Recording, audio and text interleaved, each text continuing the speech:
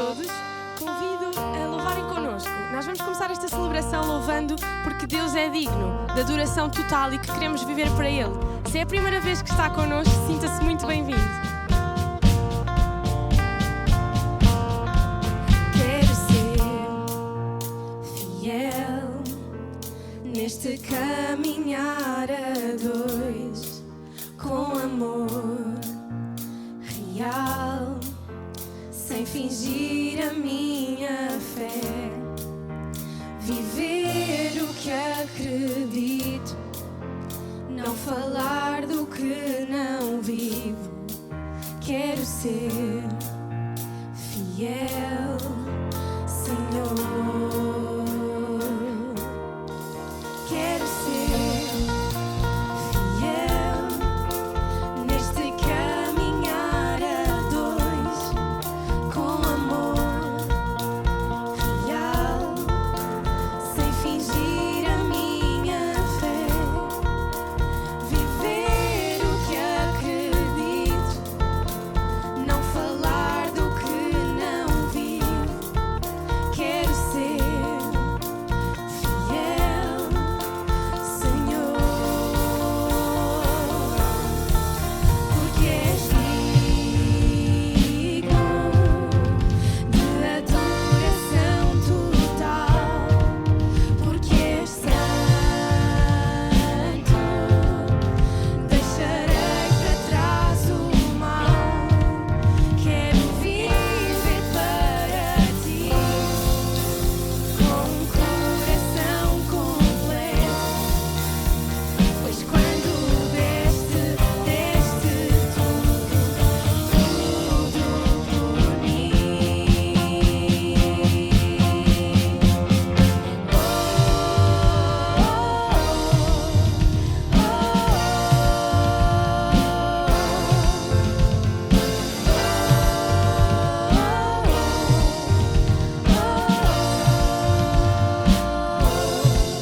Quero ser fiel neste caminhar a dois, com amor real, sem fingir a minha fé, viver o que acredito, não falar do que não vivo. Quero ser fiel, Senhor, porque és digno de adoração total, porque és santo, deixarei para trás o mal. Quero viver para ti, com um coração completo, pois quando deste tudo por mim.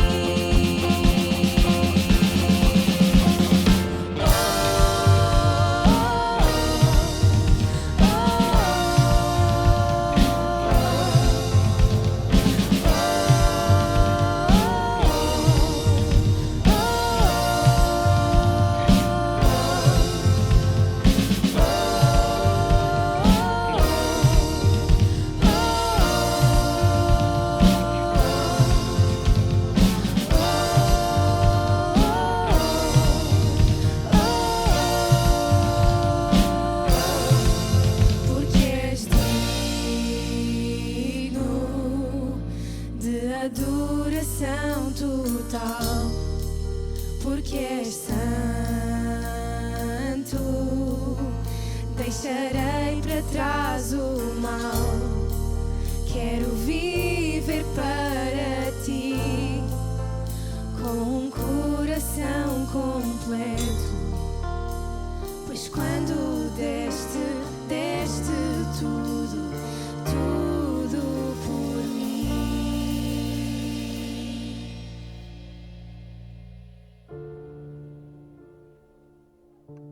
Esta música convida-nos a rendermos-nos aos pés de Deus, para que Ele faça a sua vontade em nós. mas os nossos corações têm que estar disponíveis. Então eu convido a todos a isso. Em vossas casas, a fecharem os vossos olhos e a podermos declarar todos juntos isto, que queremos render-nos aos pés dele para o conhecer mais.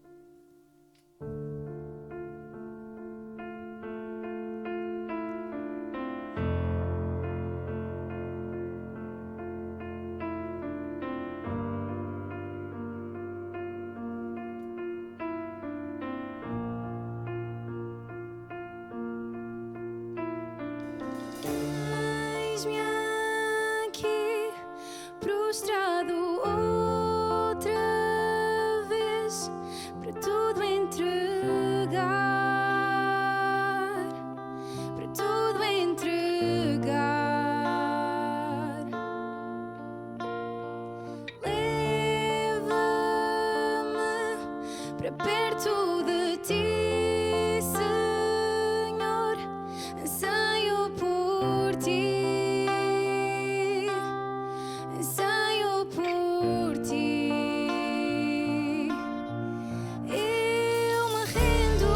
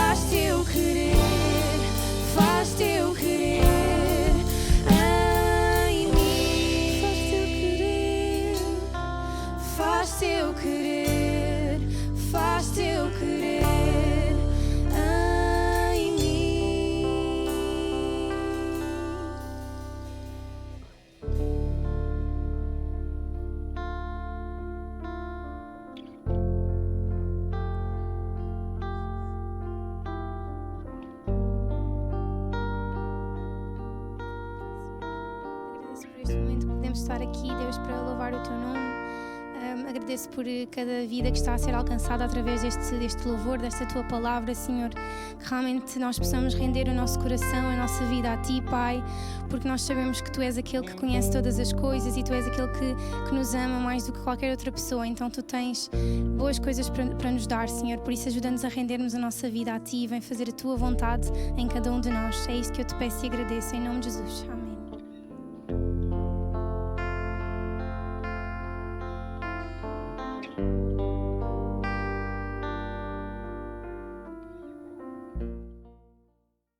Boa tarde, paz do Senhor a todos aqueles que nesta tarde nos estão a assistir a este vídeo. Eu gostaria de cumprimentar todos com a paz do nosso Deus. Ainda estamos nesta fase, neste formato presencial, mas acreditamos e queremos que muito em breve nós voltaremos a ter a oportunidade de juntos nós podermos estar na casa do nosso Deus e assim juntos cultuarmos ao nosso Senhor. Aleluia. Fez anteontem, dia 12, um ano em que o ministério desta igreja suspendeu os cultos devido a esta situação de pandemia, de vírus. Já passou um ano, é verdade. E este ano foi o ano mais atípico, mais anormal que todos nós já vivemos. Esta situação não afetou apenas uma região, não afetou apenas um país ou mesmo um continente, ela foi global. Ou seja, todo o mundo ele se viu confrontado com um inimigo comum, algo que não tem paralelo na história do homem. Tem sido um tempo de grandes desafios para a igreja, é verdade, mas o Senhor é fiel em todas as circunstâncias e podemos dizer que até aqui o Senhor Ele nos tem ajudado. Glória seja dada ao seu nome. Nós temos orado para voltar a estar nos nossos cultos presenciais, reunidos, efetivamente, com todos os irmãos em todas as nossas congregações. Porque isto é bom estar na casa de Deus e juntos nós podermos louvar ao Senhor. O salmista, ele diz que vós que assistis na casa do Senhor, nos átrios da casa do Senhor, louvai ao Senhor. Porquê? Porque é bom, o Senhor é bom. Cantai louvores ao seu nome, porque é agradável. Glória seja dada ao nome do nosso Deus. E nós estamos desejosos de voltar a assistir na casa do nosso Deus. Glória seja dada ao seu nome. Meus irmãos, este ano tem sido um ano difícil. É um difícil que fez com que nós possamos, estejamos a viver num mundo cada vez mais confuso, num mundo cada vez mais angustiado, mais perturbado, em que as notícias correm muito rapidamente. E na generalidade não são notícias boas, não são notícias agradáveis, são notícias más e são notícias perturbadoras. Diariamente nós somos confrontados e ouvimos sobre a situação da pandemia e as suas consequências devastadoras, quer no presente, quer no futuro. Diariamente nós ouvimos falar sobre recessão económica que vem aí e os seus efeitos na vida das famílias, o que faz com que as pessoas estejam muito assustadas. Diariamente nós ouvimos falar das diversas corrupções que efetivamente a nossa sociedade ela está mergulhada. Diariamente nós ouvimos falar de violência urbana, violência doméstica, violência verbal, violência emocional e outro género de violências. E todos estes acontecimentos e todas estas notícias têm trazido uma sensação de insegurança e medo sobre o povo. Hoje nós vivemos numa sociedade assustada. Vivemos numa sociedade evoluída, é verdade, sem dúvida, mas uma sociedade amedrontada e doente. Um dia destes alguém falava comigo e me dizia que já evita ligar a televisão para não ficar cada vez mais assustada. As pessoas se interrogam sobre o que se está a passar. Se isto vai melhorar, quando vai melhorar e como vai melhorar. E perguntam qual é a solução para toda esta situação, a solução para o mundo. nós verificamos que um sentimento de desesperança se tem abatido sobre a humanidade e nem os poderes instituídos têm conseguido acalmar. Um dia, um grande estadista e primeiro-ministro da Grã-Bretanha, Winston Churchill, este homem se encontrou com o então jovem e pregador Billy Graham na cidade de Londres. E este homem, este primeiro-ministro inglês, ele abordou Billy Graham e colocou esta questão: meu rapaz, creio que o mundo não se vai aguentar por muito tempo. Será que me pode dar alguma esperança? E Billy Graham se virou para aquele homem, para aquele político influente e poderoso e lhe disse: Jesus Cristo é a nossa única esperança. Glória seja dada ao nome do Senhor. Jesus Cristo é a nossa única esperança. Ali estava um político poderoso, um político influente, mas um homem sem qualquer tipo de esperança. Jesus Cristo não era a única esperança para aqueles dias. Ele é também a única esperança para os dias de hoje. O mundo anseia por uma saída. O mundo anseia por uma resposta. O mundo anseia por uma esperança. Davi, quando dialogava com Deus, ele disse: agora, pois, Senhor, que espero eu, a minha esperança está em ti. Glorificado seja o nome do Senhor. O salmista dizia: bem-aventurado aquele que tem o Deus de Jacó por seu auxílio, que tem o Deus de Jacó realmente por seu ajudador e cuja esperança está posta no Senhor, seu Deus. Meus amigos, meus irmãos, a nossa esperança não está na força nem no saber do homem, naquilo que o homem poderá fazer, mas a nossa esperança está naquilo que Deus já fez, naquilo que Deus faz e naquilo que Deus fará por cada um de nós em cada dia. Não podemos, é verdade, nem queremos desvalorizar o avanço científico dos dias de hoje. Aliás, também ele, um claro sinal do final dos tempos. Daniel, no seu livro, ele profetizava de que nos últimos tempos, nos últimos dias, a ciência se multiplicaria. E, efetivamente, a descoberta da vacina para a Covid-19 é, efetivamente, a prova disso. Todos nós sabemos que a descoberta de uma vacina em tempos passados, em tempos não muito ainda distantes, era um processo que demorava muito tempo, desde a identificação do vírus até à vacinação da população. Era efetivamente um processo que demorava anos. E aquilo que nós estamos a ver com a descoberta desta vacina para o Covid-19 é que no espaço de um ano, não apenas uma, mas 4 vacinas, elas já foram descobertas. E a nação de Israel já efetivamente vacinou metade da sua população. Milhões de pessoas em todo o mundo realmente já estão a ser vacinados com esta vacina. Inclusivamente Portugal, 1 milhão de portugueses nesta altura já estão vacinados. E todo este processo num espaço unicamente de um ano.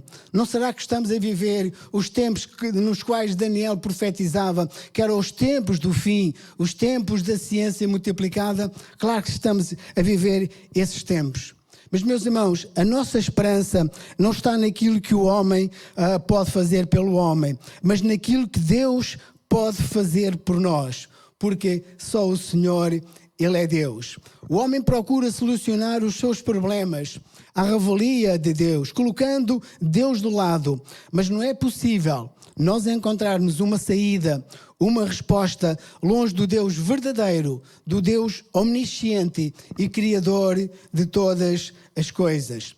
A palavra de Deus conta-nos que o apóstolo Paulo visitou uma das cidades mais importantes da sua época, a cidade de Atenas.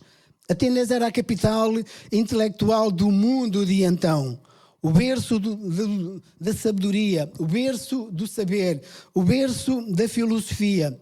No entanto, era uma cidade carente, era uma cidade confusa e perturbada que vivia em contínua procura por resposta para as suas necessidades. A palavra de Deus nos conta a experiência que Paulo ali viveu quando visitou Atenas, uma das cidades mais cultas e desenvolvidas do seu tempo. Ali ele encontrou uma cidade completamente entregue à idolatria e ao paganismo. Os atenienses buscavam ansiosamente por respostas para os seus problemas, recorrendo aos mais diferentes deuses. E eu gostava de ler a porção da palavra do Senhor que nos conta esta passagem de Paulo por Atenas. E isso encontra-se no capítulo 17 do livro de Atos dos Apóstolos. E diz assim a palavra do Senhor: E os que acompanhavam a Paulo levaram-no até Atenas. E tendo recebido ordem para que Silas e Timóteo fossem ter com ele o mais depressa possível, eles partiram.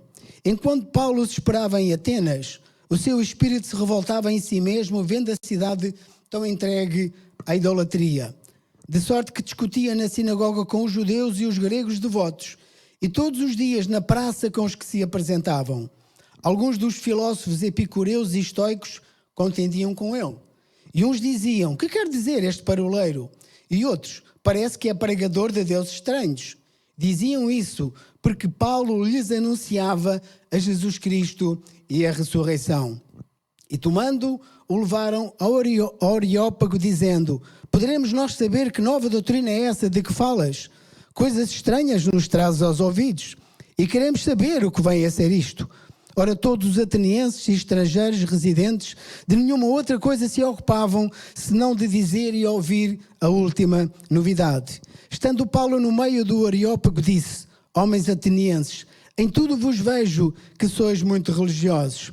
Pois passando eu e vendo os vossos santuários, achei também um altar em que estava escrito: ao Deus desconhecido. Ora, esse que vós honrais sem conhecer é o que eu vos anuncio. O Deus que fez o mundo e tudo o que nele há, sendo ele Senhor do céu e da terra. Não habita em templos feitos por mãos de homens, nem tampouco é servido por mãos de homens, como se necessitando de alguma coisa, porque ele mesmo é quem dá a todos a vida, a respiração e todas as coisas. De um só fez todas as nações dos homens para habitarem sobre toda a face da terra, determinando-lhes os tempos já dantes ordenados e os limites da sua habitação.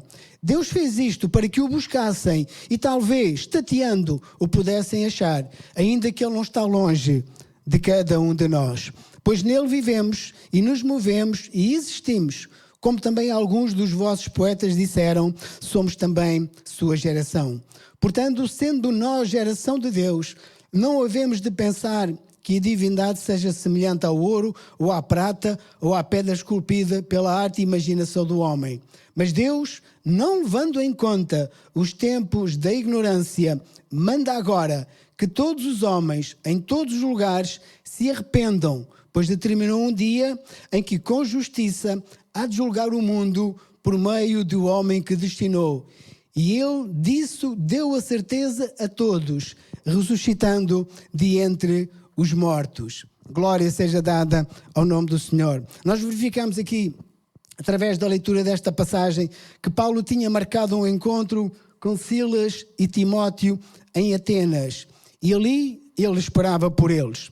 Atenas era o centro cultural e intelectual do mundo antigo, a cidade dos pais da filosofia, a cidade de Aristóteles, de Platão, a cidade de Sócrates. E nesta tarde nós também temos marcado um encontro espiritual. É verdade que não estão cá os sábios deste mundo, porque eles estão mortos, mas está cá Jesus Cristo, aleluia, o Salvador, porque ele está vivo. Aqueles vieram para viver e agora estão mortos. Jesus veio para morrer e agora está vivo para todo sempre. Glória seja dada ao seu nome. Enquanto esperava, Paulo passeava por Atenas. A palavra de Deus diz que Paulo se revoltava com o que via. Ele viu a corrupção moral e espiritual em que aquele povo instruído vivia. Nada diferente daquilo que vemos nos dias de hoje. Uma sociedade mergulhada na idolatria, no materialismo e nos prazeres. Dizem os sociólogos que quando passar esta fase pandémica, as pessoas irão dar lugar a uma libertinagem sem limites, à semelhança do que aconteceu em outros momentos pós-pandemias, em que as pessoas procuram recuperar o tempo perdido, dando lugar a todos os seus desvarios. E isto porquê? Porque o homem teima em viver longe do seu Criador. Paulo viu na cidade ateniense um povo perdido e confuso, em que cada um tinha o seu Deus, a quem recorria. Era um povo erudito, um povo sábio, mas vivia em escuridão e na ignorância espiritual. E este é o estado do mundo dos nossos dias. Um mundo evoluído, um mundo sabedor, um mundo preparado, mas perdido e sem direção. Então Paulo prega ao povo que se arrependa dos seus pecados e se volte para Cristo ressuscitado. E todos os dias Paulo fazia isto nas praças, diz a palavra do Senhor, de que Paulo pregava na praça pública. Ele não perdia a oportunidade de levar o Evangelho àqueles que estão lá fora, perdidos e sem salvação. E esta é a missão da igreja, a missão que Jesus deixou para a igreja, de ir por todo o mundo e pregar o Evangelho a toda a criatura. Na carta que o apóstolo Paulo ele escreveu a Timóteo, ele aconselha Timóteo a pregar a palavra a tempo e fora de tempo, em todas as ocasiões, em todas as oportunidades, em todos os lugares. Nós verificamos que Paulo vivia efetivamente aquilo que ele ensinava. Glória seja dada ao seu nome. Alguns dos filósofos diziam que Paulo era um palrador, que não sabia aquilo que dizia, mas havia outros que, curiosos, queriam saber aquilo de que Paulo falava. Então eles o levam ao Areópago, ao Supremo Tribunal, para saber que doutrina nova é essa de que nos falas. Ali estavam os estoicos, os epicureus, defensores da vida prazerosa, os intelectuais da época. O apóstolo Paulo também era um intelectual, mas ele teve um encontro com Jesus e se tornou um homem humilde. Porque o apóstolo Paulo sabia que a soberba do homem o abaterá, mas o humilde espírito, esse obterá honra. Louvado seja o nome do Senhor. Paulo, enquanto passeava por Atenas, ele tinha visto um altar com a inscrição ao Deus desconhecido. Muitos deles eram adorados em Atenas, mas também havia um que eles honravam, mas que não conheciam. Quantas pessoas estão prestando honra a um Deus que não conhecem, nem com o qual se relacionam, um Deus desconhecido? Meus queridos irmãos, meus queridos amigos, podemos todos nós dizer com convicção: eu conheço o Deus verdadeiro, eu o amo, Ele é o meu Salvador e o Senhor da minha vida? Ou apenas nós temos um conceito intelectual de Deus, mas não o conhecemos verdadeiramente? Assim sendo, há um Deus desconhecido no qual acreditamos, mas ao qual nós não conhecemos. Então o Paulo lhes diz: esse Deus desconhecido que vós honrais sem conhecer é aquele que eu vos anuncio. Aleluia! Então Paulo lhes anuncia o Evangelho que prega um Jesus ressuscitado, Criador de todas as coisas, o Evangelho que requer arrependimento e que anuncia o juízo vindouro sobre os povos e nações. Paulo não prega um Evangelho macio, um Evangelho doce, agradável ao ouvido, infrutífero, não, mas Paulo prega um Evangelho que todos precisam de ouvir, o Evangelho que traz a salvação, o Evangelho que requer santificação, o Evangelho que requer confissão de pecados, novo nascimento e mudança de vida. Aleluia! Então Paulo prega o Deus sobre um Deus criador de todas as coisas. E nós podemos perguntar: por que Paulo prega sobre um Deus criador? Porque muitos criam e ainda hoje continuam a crer e a sustentar a ideia de que o mundo não foi criado por Deus. E no verso 24 o apóstolo Paulo diz: o Deus que eu vos anuncio é o Deus que fez o mundo e tudo o que nele há, sendo o Senhor do céu e da terra. Então verificamos que Paulo não deixa qualquer tipo de dúvida sobre a criação. Aliás, o apóstolo Paulo, na carta que ele escreveu aos Colossenses, ele diz: porque nele, em Jesus, foram criadas todas as coisas que há nos céus e na terra, sejam visíveis, sejam invisíveis, sejam tronos, sejam denominações, sejam principados, sejam potestades. Tudo foi criado por Ele e para Ele, e todas as coisas subsistem por Ele. Glória seja dada ao nome do Senhor. Então Paulo está aqui a afirmar de que o Senhor não foi apenas o Criador, mas Ele é também o sustentador de todas as coisas. Os atenienses eram um povo orgulhoso. Eles pensavam ser uma raça superior e também privilegiada. Daí Paulo lhes dizer no versículo 26 que Deus de um fez todas as gerações do homem, todas as nações do homem, para habitar sobre toda a face da terra. O apóstolo Paulo estava a dizer-lhes que aos olhos de Deus todos os homens são iguais. Infelizmente ainda hoje continuamos a debater estas questões raciais. Paulo, na carta que escreveu aos Romanos, ele disse: porque para com Deus não há exceção de pessoas. Verificamos que há muito tempo que Paulo já resolveu esta questão. E no verso 27 o apóstolo Paulo diz que Deus não está longe de cada um de nós. Ou seja, ele é acessível a todos os homens, a todas as raças. E o salmista diz que o Senhor está perto de todos os que o invocam em verdade, não importa a cor da sua pele. Somente devemos buscá-lo enquanto se pode achar e invocá-lo enquanto ele está perto. Glória seja dada ao nome do Senhor. Então Paulo atinge o ponto alto da sua mensagem. E no versículo 30, o apóstolo Paulo diz: mas Deus, não tendo em conta os tempos da ignorância, e a tradução da minha Bíblia diz: manda agora. Deus manda agora em todos os homens e em todo o lugar que eles se arrependam. Meus queridos irmãos, isto é muito importante para todos nós nesta tarde. Repare que Deus não diz: eu sugiro que você se arrependa, eu aconselho que você se arrependa, eu espero que você se arrependa. Não, o Senhor ordena, é uma ordem, Ele manda que todos os homens se arrependam, uma ordem para aquela cidade e uma ordem para cada um de nós nos dias de hoje. Esta não é uma mensagem apenas para aqueles que estão lá fora sem Deus e sem salvação. É verdade, eles que estão lá fora e que precisam de Deus e precisam de salvação. Mas é também uma mensagem para a igreja nos dias de hoje. O pecado não confessado afasta-nos de Deus, separa-nos de Deus, rouba a alegria da nossa salvação.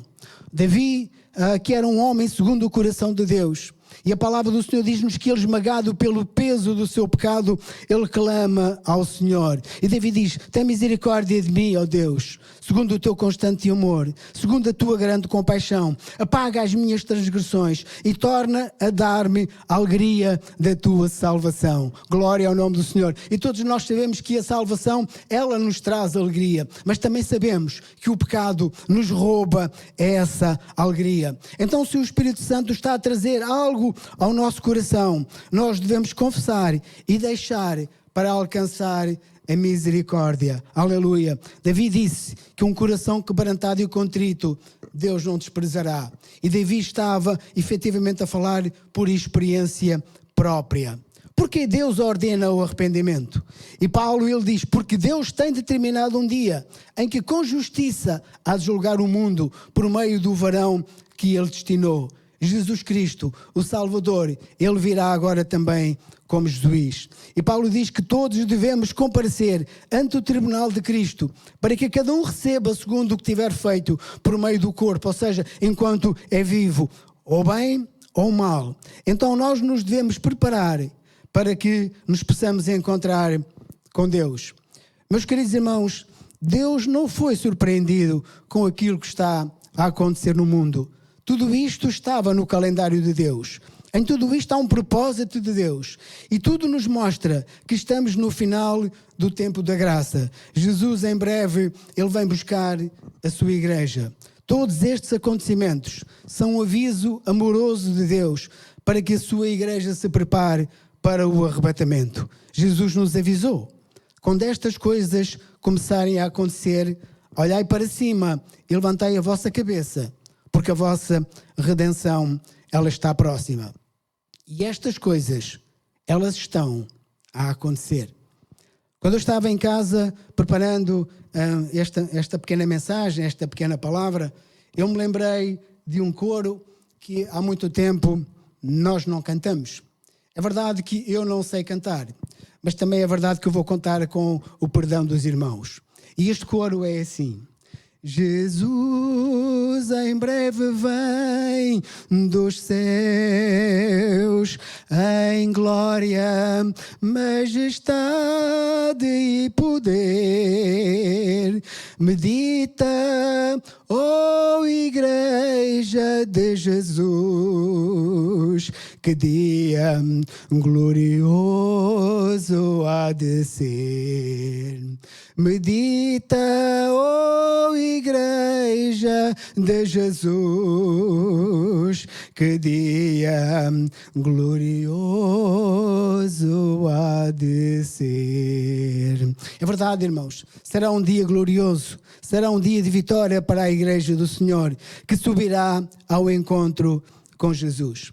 Eu não sei se todos aqueles que estão a ouvir esta pequena meditação nesta tarde, se todos têm esta esperança de um dia subir e estar com o Senhor na glória para todo sempre. Se ainda não têm esta esperança, então o meu desafio, o meu conselho é que aceite Jesus pela fé. Convide Jesus a entrar no seu coração, porque Jesus, Ele é o caminho, Ele é a verdade, Ele é a vida, e ninguém vai ao Pai, diz a palavra do Senhor, a não ser por Ele. E eu quero terminar dizendo que Jesus Cristo, Ele é a única esperança para o mundo nos dias de hoje. Aleluia! O Deus desconhecido, anunciado por Paulo ao povo carente de Atenas, é a nossa esperança para os dias de hoje. Aleluia! Então, irmãos, nós vamos entregar a nossa vida ao Senhor e confiar nele de todo o nosso coração, porque Jesus, Ele é a nossa esperança. Que Deus ricamente vos possa abençoar,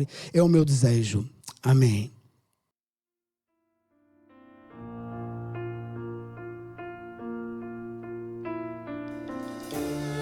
Eis-me aqui, prostrado outra vez, para tudo entregar, para tudo entregar.